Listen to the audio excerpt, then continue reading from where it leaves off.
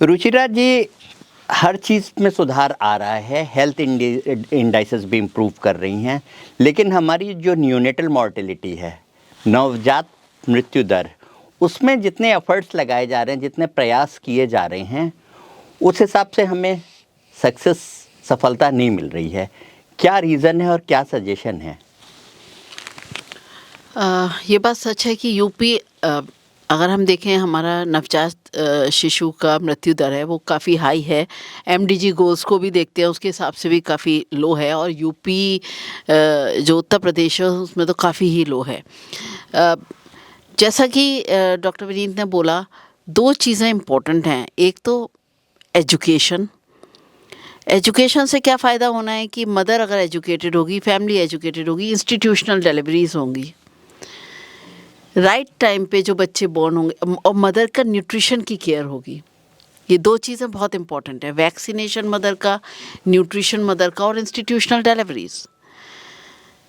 दूसरा, services provide होनी चाहिए, तो जो गवर्नमेंट अभी काफ़ी नेक्स्ट लेवल पे कर रही है। थर्ड है स्किल बिल्डिंग। ना, स्किल बिल्डिंग के लिए गवर्नमेंट भी कर रही है, लेकिन आईएपी भी, मैं कहना चाहती हूँ कि आईएपी भी अपना बहुत कुछ योगदान कर रही है। जैसे नवजात शिशु सुरक्षा कार्यक्रम, जो आईएपी का भी, इंडियन भारतीय बाल अकादमी का भी एक फ्लैगशिप प्रोग्राम है। ये सब सर प्रयास है उस स्टेप की तरफ जो नवजात शिशु की जो मोर्टेलिटी है उसको कम करें, जिसमें कि जितने भी हेल्थ केयर वर्कर्स हैं, चाहे वो हेल्थ केयर वर्कर कोई पेरिफ्रीज में हो या मेन हॉस्पिटल्स में हो, या तो हर सेंटर पे उनको ट्रेन करना ज़रूरी है कि कोई भी बच्चा पैदा हो 1 मिनट के अंदर रोए। सर, वो स्किल का डेवलपमेंट बहुत ज़रूरी है। फिर एक बार वो स्किल दे दी जाए और उसके बाद वो स्किल मेंटेन रह रही है या नहीं, उस चीज़ का मापदंड ज़रूरी है।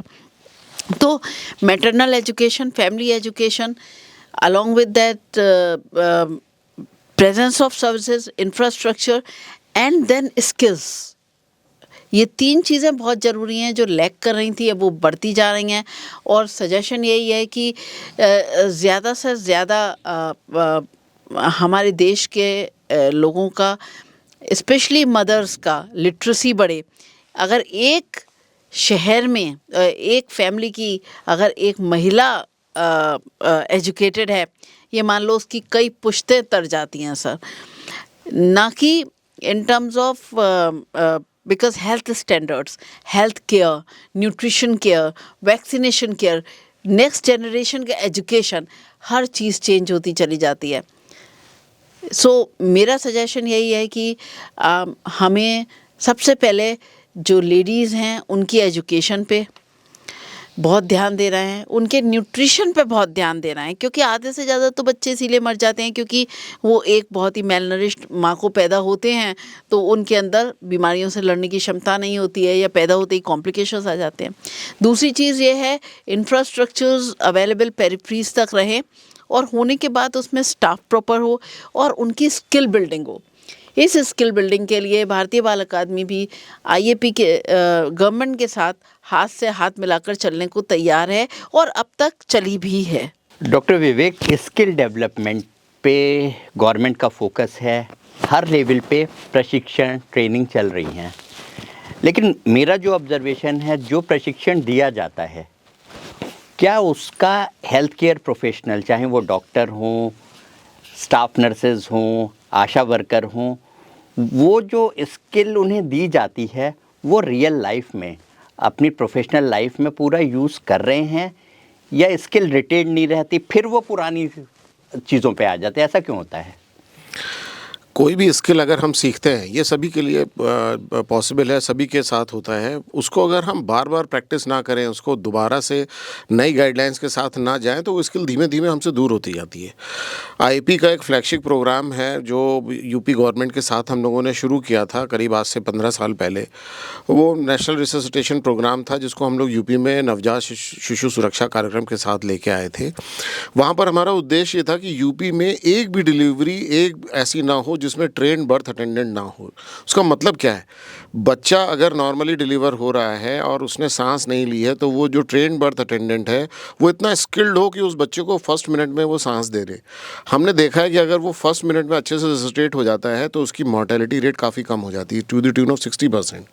ये एक बहुत बड़ा, यूपी जैसे प्रदेश के लिए बहुत बड़ा कार्यक्रम है जो हम लोगों से सपोर्ट, हम लोगों ने उसको स्किल बेस्ड बनाया था, गवर्नमेंट से उसमें फाइनेंशियल सपोर्ट था और ये काफ़ी सक्सेसफुली हो रहा है। आज हम बच्चों में देखते हैं कि जो आज से 15 साल पहले जितने कॉम्प्लिकेटेड बच्चे आते थे वो आज नहीं आ रहे हैं, क्योंकि कहीं ना कहीं ये प्रोग्राम नीचे डाउन द लाइन अंदर छोटी पीएससी सब सेंटर्स तक पहुंचा है और जो आशा बहुएं हैं उनमें से भी बहुत सारे वो ट्रेंड हैं, लेकिन अभी भी बहुत कुछ चलना बाकी है। ऐसा नहीं मैं कहूँगा कि सारे ट्रेनिंग सब लेवल तक पहुँच गई है, लेकिन आज भी वो इक्विपमेंट और ट्रेंड आशा बहुएं बहुत नीचे तक हैं और इसीलिए हम लोग गुणात्मक परिवर्तन देख रहे हैं न्यूनेटल मॉर्टेलिटी में अपने प्रदेश में। और मुझे पूरी आशा है ये प्रोग्राम अगर चलता रहा और गवर्नमेंट से कभी भी हम लोग का फ्यूचर में कोलैबोरेशन हुआ तो हम लोग फिर दोबारा से इसको नीचे तक लेके जाएंगे और उन सारी जो अभी छूट गए हैं इस नेटवर्क में, वो आशा बहुएं नहीं आई हैं या वो हेल्थ वर्कर नहीं आए हैं, उनको हम प्रशिक्षित करेंगे और ये स्किल उन तक पहुँचाएँगे, जिससे ओवरऑल न्यूनेटल मॉर्टेलिटी में काफ़ी चेंज आएगा। डॉक्टर विवेक सक्सेना ने बताया, डॉक्टर विनीत से सवाल है मेरा कि आप लोगों ने बहुत सारे हेल्थ केयर वर्कर को प्रशिक्षित किया है न्यूनेटल रिससिटेशन या पैदा होने के बाद पहली बार सांस देने के लिए। क्या कोई अब इस स्टेज पे आके आप कोई ऐसा सिस्टम बना सकते हैं कि उस चीज़ को वो यूज़ कर रहे हैं या नहीं, इसे आप परखें और एक एक्सटर्नल मॉनिटर की तरह से गवर्नमेंट को सजेस्ट करें कि और अच्छेपन के लिए, बेटरमेंट के लिए क्या किया जा सकता है? स्किल ट्रेनिंग दे दी गई, प्रशिक्षित कर दिया गया, पर वो वास्तव में यूज़ कर रहे हैं या नहीं कर रहे हैं उन स्किल्स को? इसके लिए कोई कार्य योजना बनाई जा सकती है? डेफिनेटली इसके लिए एक बनाई जा सकती है। This is the next step in the program. ये होना चाहिए। इसके बिना तो मतलब कोई भी प्रोग्राम जो एनआरपी प्रोग्राम ये अधूरा है एक तरीके से, क्योंकि अगर आपने एक बार स्किल दे दी और आपने उसको मॉनिटर नहीं किया तो eventually that skill will die down. तो उसको मॉनिटर करने के लिए अब we are living in 21st century, technology हमारी बहुत मदद कर सकती है। इस तरीके के ऐप्स बनाए जा सकते हैं जो, और in fact they are under development, कि जो ये जिसमें फीडबैक्स हों, जिसमें जो काम हुआ है उसका डेटा भरा जाए और उससे होने वाले असर को देखा जाए। तो आजकल डेटा एनालिसिस हम ये सारी चीज़ें कर सकते हैं कि एनालाइज कर सकते हैं कि जो हमने प्रोग्राम सोसाइटी में मेडिकल या एजुकेशनल प्रोग्राम जो भी हमने इम्प्लीमेंट किए हैं उनका कितना असर आ रहा है। ये मापदंड जो है ये आराम से सॉफ्टवेयर ऐप से किया जा सकता है। And government should take a step in this direction कि गवर्नमेंट इस तरीके के ऐप बनाए। आईएपी खुद इस ऐप पे काम कर रही है जहाँ तक मुझे पता है, पर government should come up with this app जो कि पूरे देश में इम्प्लीमेंट हो सके, प्रदेश में इम्प्लीमेंट हो सके।